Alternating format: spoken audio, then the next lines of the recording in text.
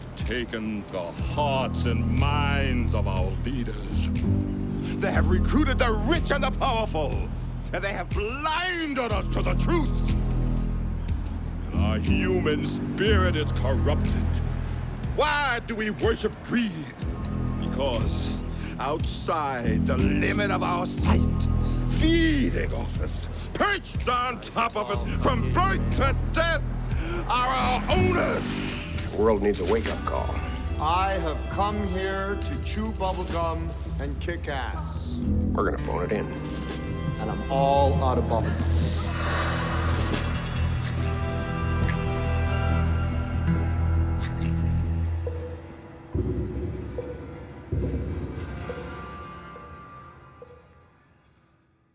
Prince of Darkness and They Live both were part of a 3-picture deal with Les Mougons, and they were distributed by Universal domestically, Carolco internationally. I think they were a year apart, almost exactly a year apart from the time they actually started till the time they finished. So we were like 6 months of making the movie, and then 6 months off, and then 6 months on, and 6 months off, kind of that. They Live as political satire. I think the question that it asks is, when faced with a challenge, when faced with what society takes as normal, do you go with that, or do you have a personal ethos? Do you have a personal set of ethics that guides you and makes you fight for what's right? They are dismantling the sleeping middle class. They Live was based on a short story, a very brief short story by a writer named Ray Nelson, who, as it happened, was also a friend and at one point a collaborator of Philip K. Dick's. Almost all of the major elements of They Live are contained in Ray Faraday Nelson's story, 8 o'clock in the morning, which is only about 5 pages long. It's about an average guy named George Nada who goes to see a stage hypnotist, and when the hypnotist tells the audience to awake, he becomes fully awake for the first time, and he starts looking around and he realizes there's these 4-eyed reptilian aliens sitting there. And he realizes in this sort of moment of shock and horror, and he has this epiphany that these creatures are among humans and have been among humans for God only knows how long, and that they have us hypnotized. And when he leaves the theater, he discovers he's right. There's signs everywhere, including one that says, "Obey." And he has to perpetually look away from TV screens and tune out radio broadcasts and things like that because he hears the aliens' actual voices, which are almost like bird-like croaks. He goes home and he, begs his wife to understand what's going on, and their landlord enters. It's an alien, and he kills him. And of course, to her, he has just murdered the landlord, and she's horrified, so he has to tie his girlfriend up. Then he kills the landlord's wife and goes through her apartment, and he discovers half-eaten human hand and bones and things like that, and he realizes that these aliens are basically using humans literally like livestock.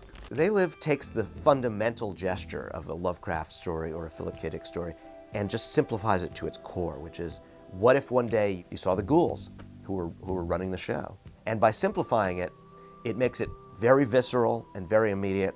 I also think it makes it more deeply political. They Live is a major anomaly for movies of the 80s because so many films from that era have the moral, it's great to be a yuppie and it's great to have lots of money.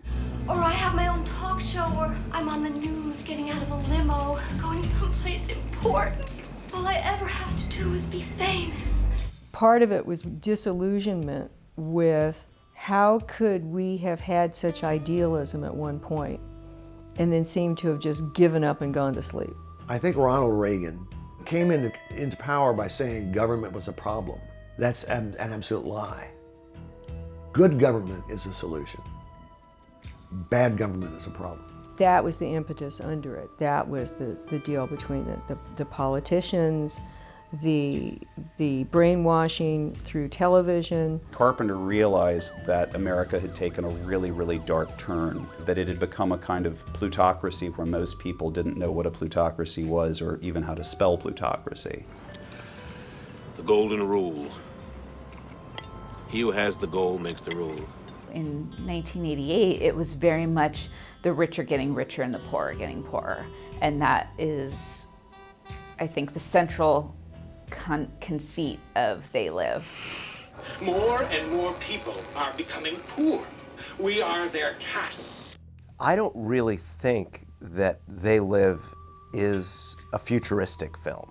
I think it's set in its own present, actually. Of course, it begins as a quasi-documentary. There are real streets and real homeless people and a real atmosphere of anxiety and dislocation that Carpenter achieved by committing himself to a kind of ground level view. It's a quintessentially Los Angeles movie.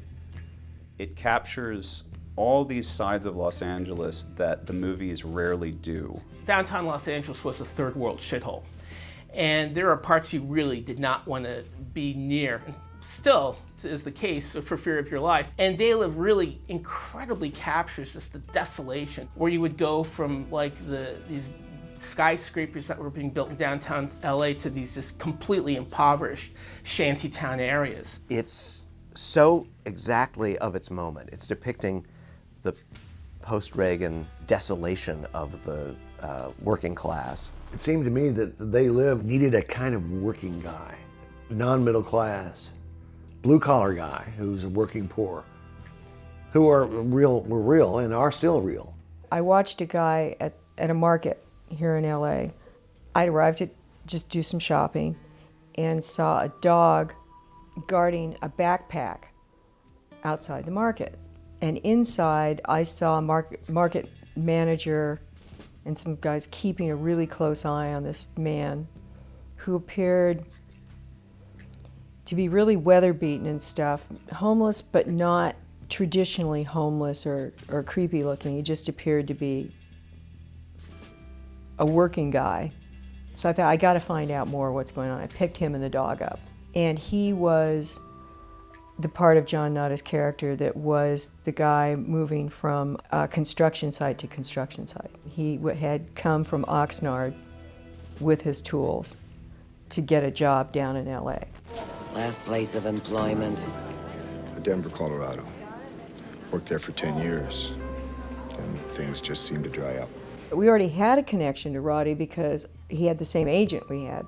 And, you know, all the wrestlers had to keep up their personas anytime they were out of their hotel room. So you couldn't be seen to be talking to somebody like a normal person or anything. He wound up sneaking him down the hall to our hotel room where we sat around and met Roddy and talked to him about his film aspirations and things like that. John is a big wrestling aficionado. I didn't know that. I mean, he knew every one of these guys. He knew everything about every one of these guys. He had a quality about him. Not the personality that you see in the wrestling ring or in his interviews, not that over-the-top guy, but a different fella. He wasn't just a wrestler. If you look at some of these wrestlers, that's all they could do. You picture them, you can't picture them as an insurance salesman or as a school teacher. Roddy could do all of that stuff. He could play this guy, this guy, this guy. But you know, in his back pocket, he had the wrestling thing. He could take care of himself. But here you have a main character who's simultaneously like a John Wayne cowboy striding into town, and he's really a guy who has no home and is looking for work, and, you know, carries his own toolkit with him. I don't like nobody following me unless I know why. Well, I don't join up with anybody until I see where he's going. It was an incredible spot location that Sandy and John found downtown LA. They were tearing down all these buildings, and so there was huge area of vacant lots next to all these little old LA kind of buildings. One of them, which we threw a cross on, called it a church. This little homeless, shanty town homeless thing, which we created right in downtown Los Angeles. So there's a lot of great shots in there where you can see downtown LA or the buildings around downtown LA. And it was the 18th Street gang territory who came wandering through one night bleeding as well from a gang fight 2 streets over. I mean, this is not a pretty world and it's not an enviable situation, but I think in a way the multiracial, multi-generational kind of weirdly sublime energy that Nutta wanders into in that homeless encampment is also a kind of reality. It's a prospect for a world where people are not being, controlled by the system. They put you at the starting line, and the name of the game is make it through life. Only everyone's out for themselves and looking to do you in at the same time. One of the best lines in the movie, and it's so fleeting, but it works so perfectly, is where Keith David is complaining about how horrible things are, and rightfully so. And then Roddy Piper's trying to explain to him everything will be okay and everybody's got their own hard times. And he says, I believe in America. You know, he's having his own honesty and work ethic used against him. I deliver a hard day's work for my money. I just want the chance. It'll come. I believe in America. I follow the rules. Everybody's got their own hard times these days. I heard him speak once, and he said originally he and Keith David were going to be passing a joint in that shot, which I think would have made it about 100 times better. It's funny the way it nests a tiny little bubble of optimism at the beginning of the film in there, and then of course takes it away from you totally. Everything's stripped away. But if you're a political depressive, if you think the system has destroyed everything you care about, then your fantasies of a kind of utopia can only involve ruin. You know, if it was all torn down and we were living in the rubble, maybe we would start something better. If you want to know the truth, this kind of shit happens the end of every century. It does. It's just people afraid to face the future. It's all dead. Another completely Los Angeles element of it is the helicopters. Only an outsider that comes to LA really gets the full impact of how ever-present helicopters are out here. There's this weird presence of them, and it's very unnerving at first. When the interference begins to come into this picture, and you realize that all is not right, you know, the TV signal comes in and the preacher is giving you a message. If you're there to listen to it, something's wrong. You're being manipulated. Can somebody please explain to me what the hell that's all about? Just that idiot licking his nuts again. This is really almost like a pre-digital media version of The Matrix. It's The Matrix for analog culture. And it's the idea that we don't notice the construction that we're living inside. We have to face facts. Only a few seconds got on the air. It's time to forget about breaking in on top of their signal. They're only going to jam us out again and again. Gilbert, I believe, is the head of the Underground, and the Underground is trying to save the world, and I'm kind of in charge of distributing these glasses to the people who are part of the Underground so we can save the world here. It's fascinating how in the movie the tools that the characters use are so telling about their social status. The sunglasses that the Resistance wears are just, they're run-of-the-mill sunglasses. They're not name brands, they're not Wayfarers, they're not Ray-Bans. They're just sunglasses, they're just run-of-the-mill sunglasses. And they were such a kind of throwaway, archetypal part of 80s culture. You know, you have the ZZ Top song, Get Yourself a Pair of Cheap Sunglasses. Tom Cruise looks over his glasses in Risky Business, I think, and it's really funny and it's really sly because it suggests that in a commercial culture, in a junk culture, revelation is also going to come to you in the form of a piece of crass materialism. They have created a repressive society, and we are their unwitting accomplices. Well, we had two fights with Universal going into doing They Live. One was the casting of Roddy, and the other one was they wanted the aliens to be cannibals so that they were more threatening. What? It's not threatening enough that they're going to take away your humanity? And the line of that the Drifter gives of what's the threat, we all sell out every day, that was taken directly from something that was said in a meeting. So we just wrote it into the script. The absolute most important plot element that Carpenter added into the movie was to make the aliens kind of extraterrestrial yuppies. We sat around and said, so who are the aliens? Is it the guy that buys the newspaper and pulls out the sports page and throws the rest on the ground? What kind of behaviors would really, what just makes you an asshole versus what makes you an alien? When Nada wanders into downtown Los Angeles and tries on the glasses, there's a very beautiful, calm precision that comes over the film.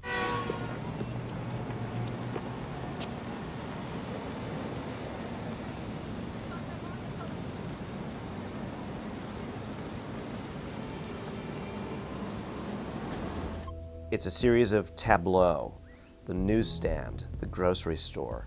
And Nada is a surrogate for the viewer at that moment. He's a character, but he's also you, trying to reconfigure reality, trying to put all the pieces together and accept that there's what we ordinarily see and there's this sort of ideological nightmare underneath it. Carpenter knows this is the heart of his movie, and it's filmed with this sort of unerring kind of interest in the details, a scrupulous eye. You know, what happens if I look at this magazine?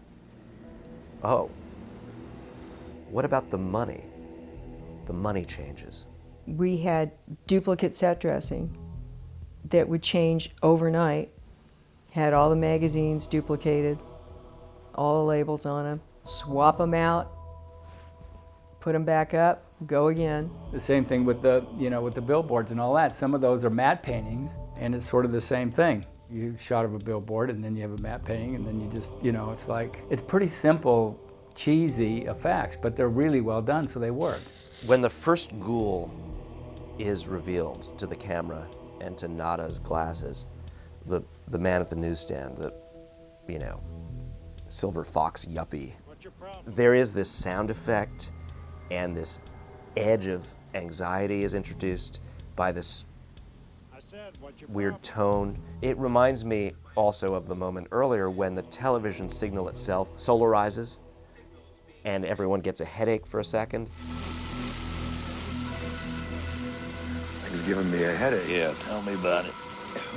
The aliens were based on a drawing that I did that was a half skull with rotting away flesh so that you'd see tendons and things. And Frank Carasosa was the makeup artist who did what every artist in town now takes credit for. But Frank created the purple and blue veined, silver star-eyed alien. And Frank's was a very talented man that was able to come up with these masks that didn't look like they were masks. One of my other favorite things about the aliens that's so perfectly of its time is that they all have those awful 80s corporate executive hairdos, those hideous hairdos that just scream asshole. It really boils down to our ability to accept. We don't need pessimism. There are no limits. It figures it would be something like this. John had hired some female and male to portray the ghouls or the aliens. The way they acted or something John didn't particularly care for that much or was like not super happy with. Now these people are all, the wardrobe set up for them, the masks are set up for them. And he goes, but I want, I wish I could get somebody that can act better. And that was the same size. And he looked at me and goes, you can play the ghouls. It was like, and throughout the film, like you'll see I'm the majority of the aliens, the ghouls in the film. The police officer that comes up to Roddy and pushes him around, that's when they put on the glasses, that's me. The stunt guy who played that part was actually 6'2", and then when they cut to me, I'm like dressed in the wardrobe, but I'm only 5'6", and so I had the grips set up apple boxes with boards running across it to get me the extra height. They're very quick cuts. It seems like they're long, but they're very, very quick cuts, so you don't see them that well.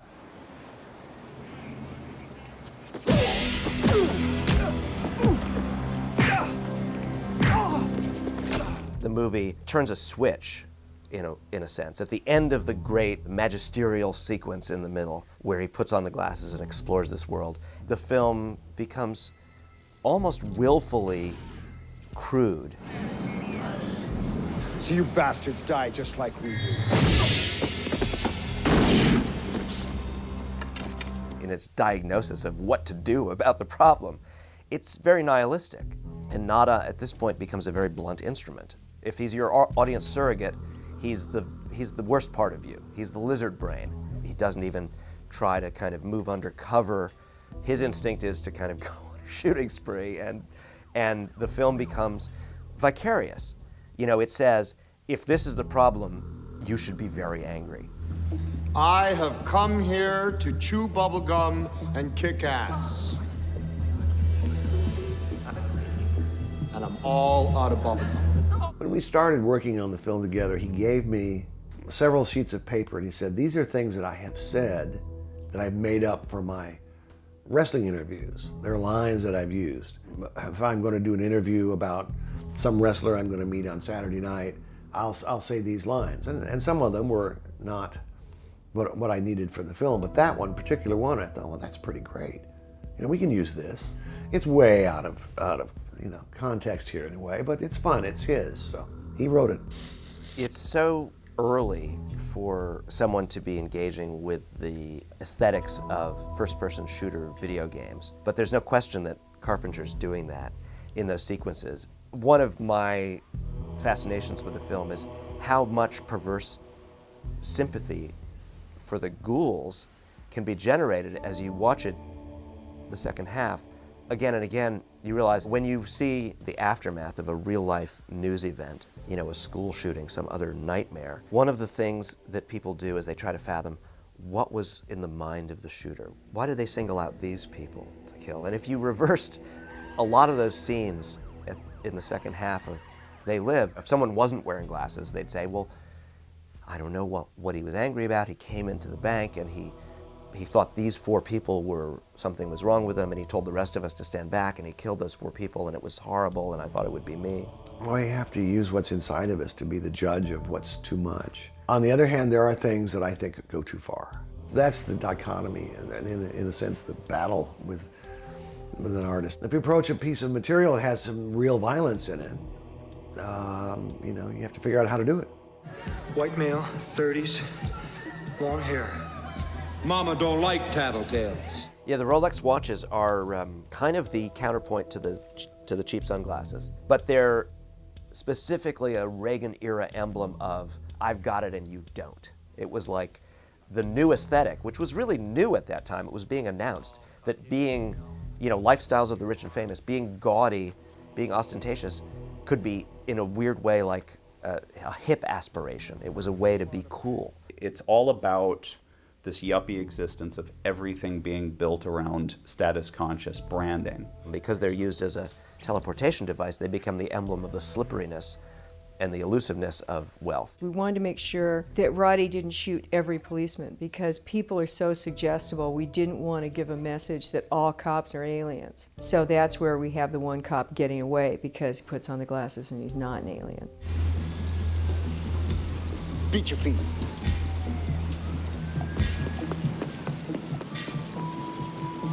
When I was blocking out the shootout scene and the police cars coming in, I had all the stunt guys gather around, but I still had the mask on because we had to cut back to different things. And one of the stunt guys that I hired, who actually is a coordinator himself, Gary Davis, and I'm having the cars and I'm saying, okay, you're gonna come this way and slide here and do this, and I'm working out everything, all the action piece, and I'm looking up and Gary's looking at me just laughing, and I'm going, what? And he goes, there something? And he goes, do you know how hard it is to take you seriously when you got that mask on your face? It was like, so there is a lot of funny things going on.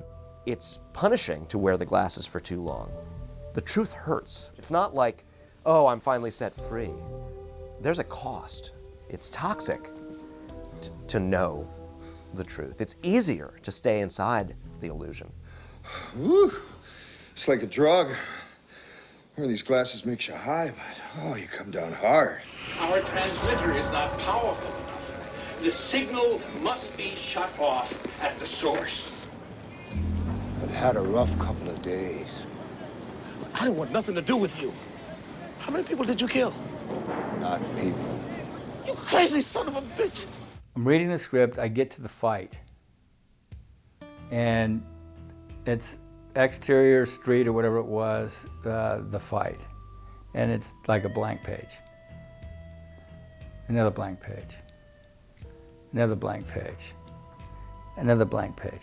And I said to John, tell me about this fight. He says, I want everybody to realize that this fight is going to go on forever. He goes, you set it up. The only requirement I ask is that I want you to have 3 wrestling moves in there, because at the time he was a huge wrestling fan. I want you to schedule and I want you to budget it as if it's going to take, 5 days or 6 days to shoot it, even though it sounds like it should be just a simple fight of 2 guys in an alley.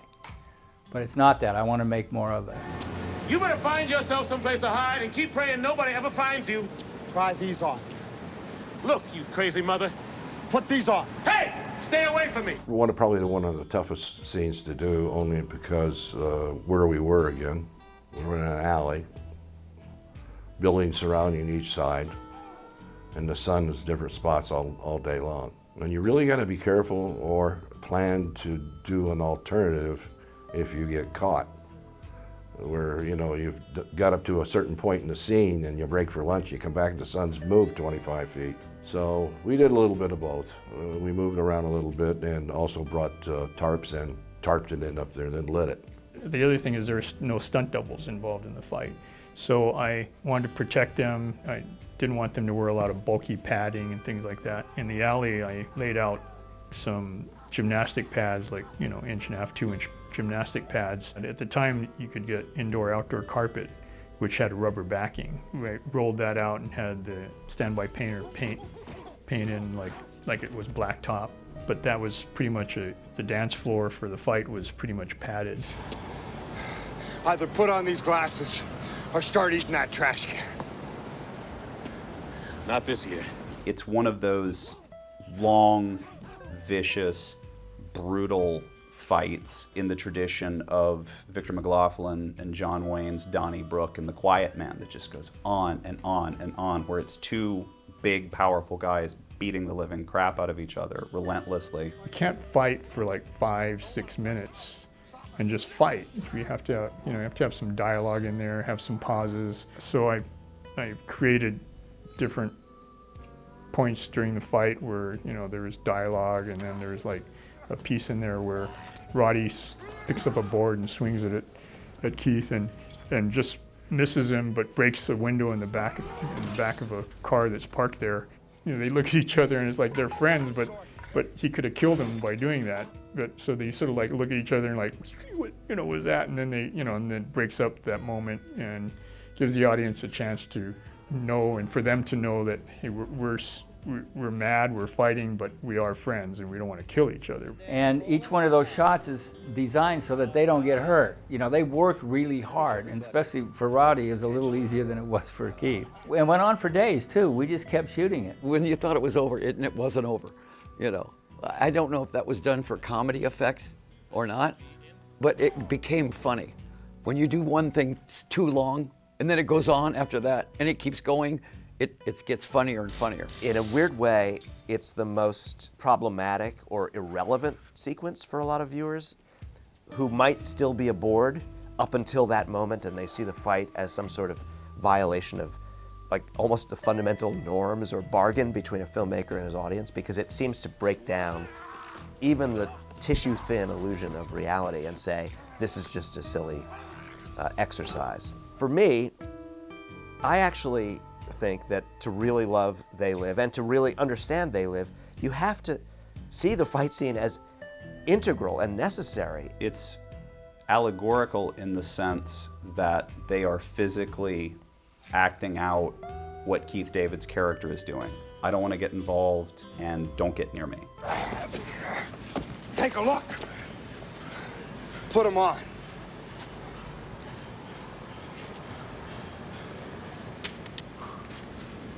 No! It's treated as an absurdity that Keith resists so much. You want to sort of say, why not just put him on? My God, you're fighting Roddy Piper, and this is not going to go well. But at another level, there's something of enormous emotional and psychic stakes in his resistance. What Keith is saying at that moment is, I'm not you. You're homeless and you don't have a family to feed. I'm sending money back to my relatives.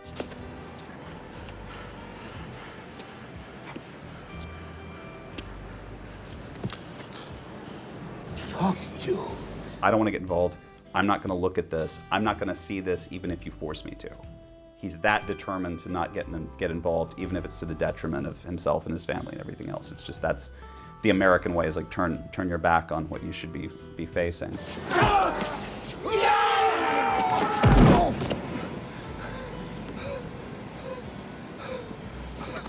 Nada basically pummels him into submission, and he finally gets Frank to put on the glasses because Frank is basically so beaten up that he can't fight anymore.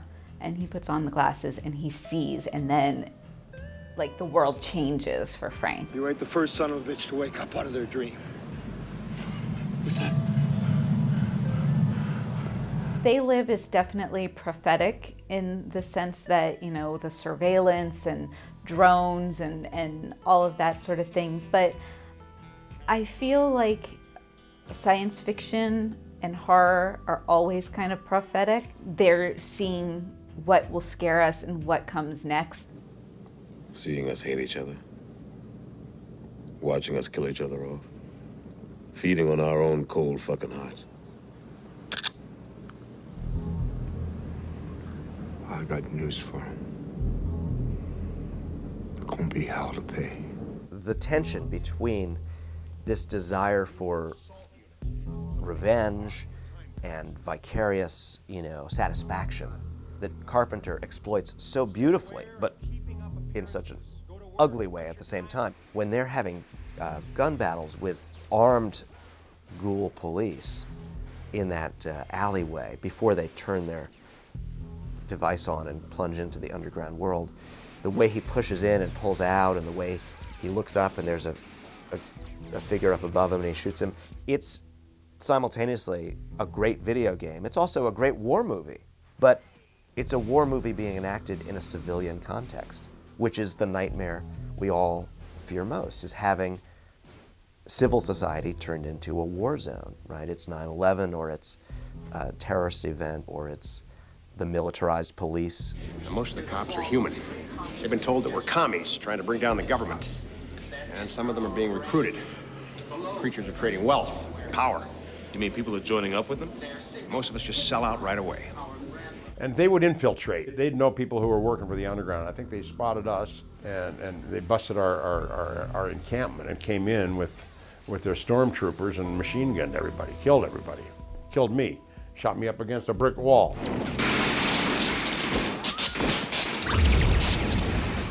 Attention, your wristwatch has malfunctioned.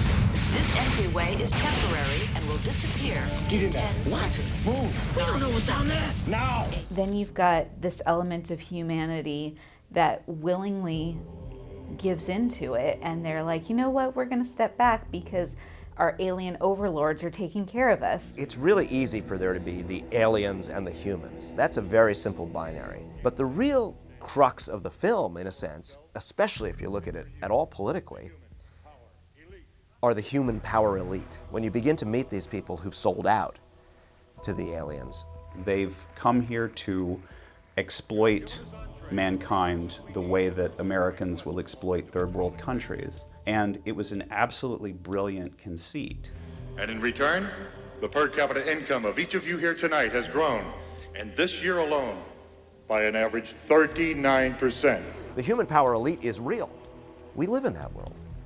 Those people sitting at those round banquet tables, congratulating themselves on their fourth quarter prosperity, that's real.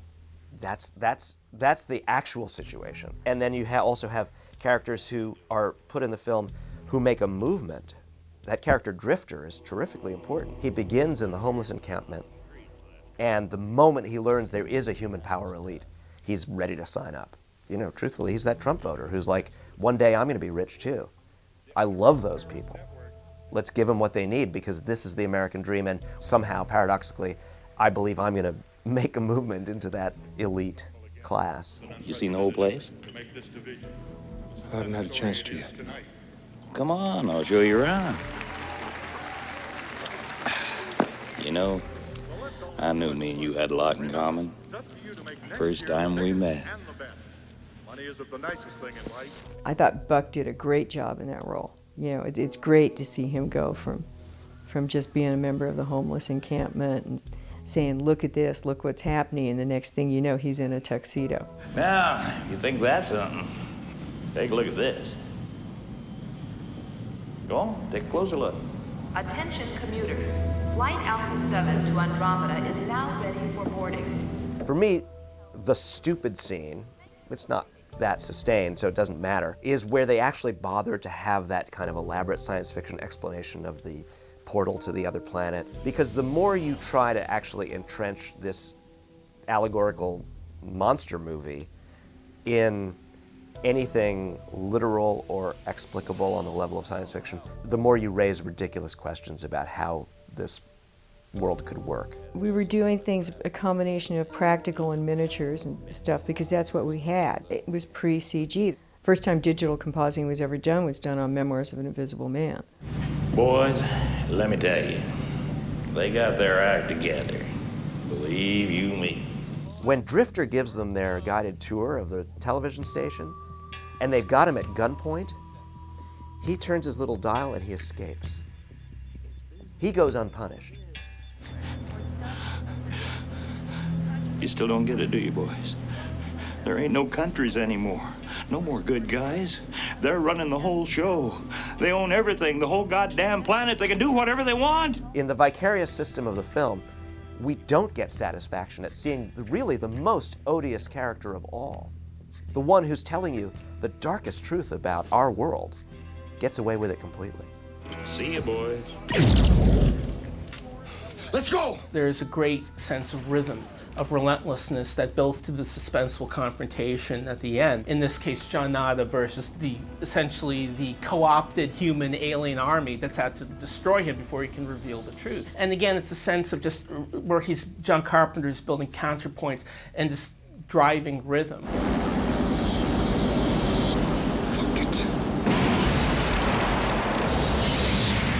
In a way, with Nada out of the picture, Carpenter can go straight into like a pure cultural intervention mode. Because what he's really doing with that ending is reminding you that we all watch television all the time. And you bought a ticket this afternoon to watch a movie. I've given you the truth, and now I'm going to remind you that you're part of the problem. Nothing's ever wrapped up with a bow in life. That's what I like about John's endings. There is no finality. Life isn't that clean.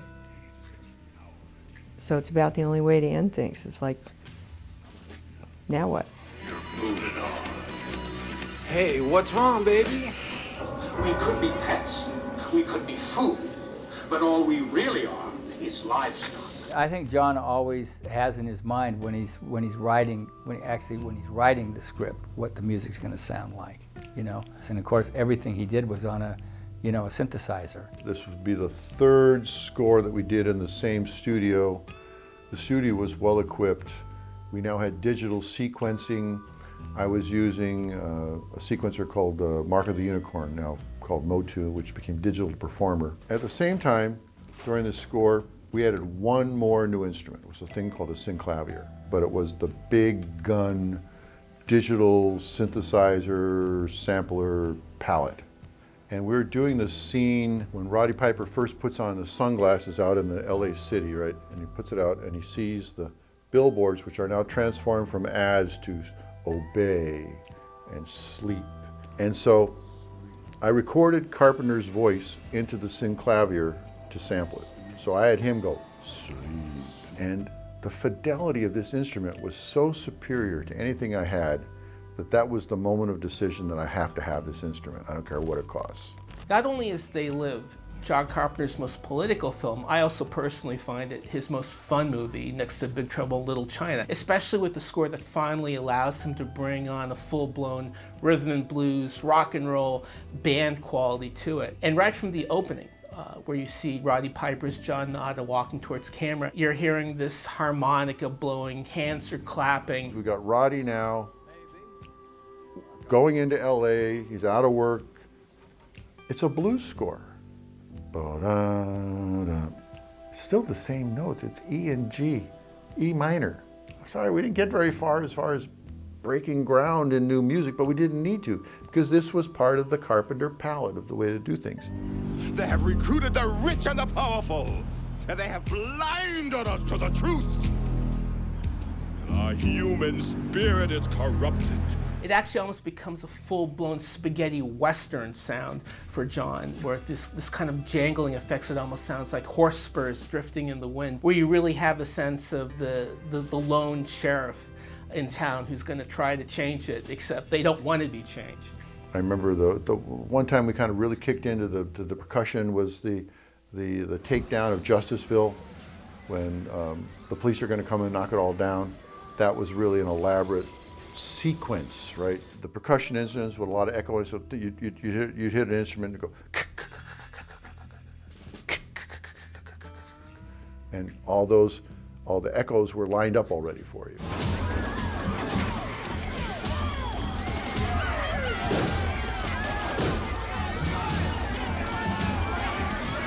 There's literally a subterranean level to the film, which is where the aliens are plotting or have all their machineries under the city of Los Angeles. So as the score goes along, you suddenly turn from this kind of rock and roll, urban western feel into more traditional John Carpenter science fiction story elements or tones. And you have a lot of very weird and odd sound effects that kind of capture this machinery that's invisible to you but is flying about.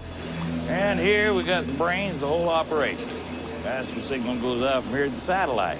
We bump it out all over the world. Because it was futuristic, I got involved in the sound effects again, because Carpenter knew I could do all that stuff. I remember making the sound of the police drone. And they all it's got cameras just like today, excuse me. So I remember sort of doing a flying saucer effect for the drone by. The aliens had a Rolex, and if they needed an escape hatch, they could push it and a whole vacuum, and they could jump in there. And I remember that was really a lot of fun to make that effect. And then also the signal of the television in the last one, we're up on the roof, and the broadcast signal of the was keeping everybody asleep. We had to establish it so that Rodney could turn it off. So I remember making sort of that effect too. Frank! You and Holly clear? I'm clear. Are you? In 1988, when They Live came out, we've just gone through the Reagan years with, again, creating like this huge gap between the haves and have-nots. Now we're into the Bush years. And the movie is such a wonderfully perverse satire. Brother, life's a bitch. She's back in heat. The initial release was really good. It opened #1, which shocked them. And because of the theme with the homeless and stuff, we kind of shoved them into doing the first canned food drives and stuff like that for the holidays and tying into that. And we'd also done another thing where we marketed the film through journalists about what the film was about instead of doing straight publicity like using Roddy as a wrestler and that kind of thing. We are experiencing a technical difficulty. What the hell's going on? Come on. It's so alert and incisive and anxious a film about what it felt its present moment was like. The government is subsumed actually in the agendas of corporations. It captures these things, and so it's automatically a projection of our present dilemma, our present experience, because it was feeling the grain of that coming world. Our projections show that by the year 2025, not only America, but the entire planet will be under the protection and the dominion of this power alliance. There's something to be said for there's collusion between aliens and the deep state, that they've got a secret space program and all this stuff's going on. It was so predictive, accurately predictive of what is today from John Carpenter's fertile imagination back then. I think it's a film that I wish had dated, but it hasn't. It's just gotten more and more and more relevant with each year. And I think that came to a head during the last presidential election. One of the great satirical images to come out of it was Trump as a They Live alien with Make America Great Again behind him by Mitch O'Connell, a wonderful, wonderful illustrator. That image was so potent that someone actually put it up as a billboard in Mexico City. And the They Live aliens have become this symbol of the worst kind of money-grubbing, sociopathic American plutocrats. But it isn't about Trump or it isn't about Reagan. It's about a human condition. It's about what we're willing to settle for. It's about us. So if you speak to who we are, what makes you human, and do you value that? That'll be an ongoing issue forever. They Live is a documentary about what's going on now. Relevance, of course, yeah, it's still here.